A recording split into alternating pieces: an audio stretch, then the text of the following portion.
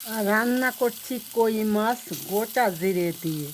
দেখুন মাছগুলো আমি, বন্ধুরা যেখানে আসুন রান্নাটা দেখুন, মাছগুলো আমি তেল দিয়ে কড়া ভেজে নিলাম। কড়া ভেজে আমি পটল আলু দিয়ে রান্না করব, দেখতে লাগুন।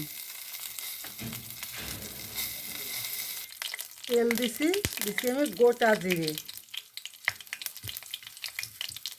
দিচ্ছি, আমি গোটা জিরে দিচ্ছি, আমি কিছুটা টমেটো, রসুন ছেঁচা, কাঁচামরিচ,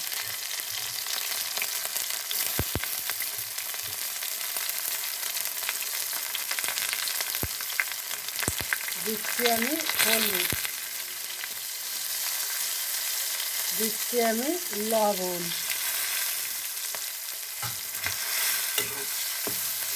আমি সুন্দর করে ভেজে নিচ্ছি।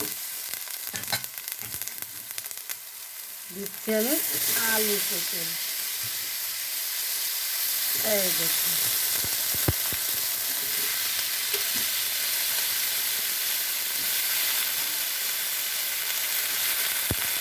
এটা আমি সুন্দর করে ভেজে নিব, মানে কষিয়ে নিব।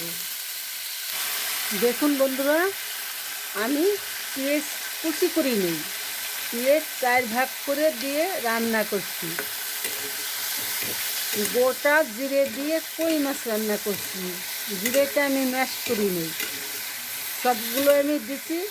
আমি নামানোর আগে দিব একটু কারি মশলা। এইতে আমার কই মাছ অনেক টেস্ট লাগবে খেতে।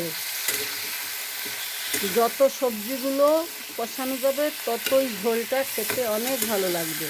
আমার সবজিগুলো কষানো হয়ে গেছে, দিয়ে দিচ্ছি আমি মাছ।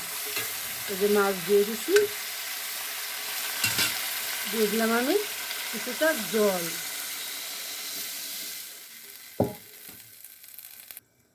দিয়ে দিচ্ছি আমি কিছুটা কারি মশলা।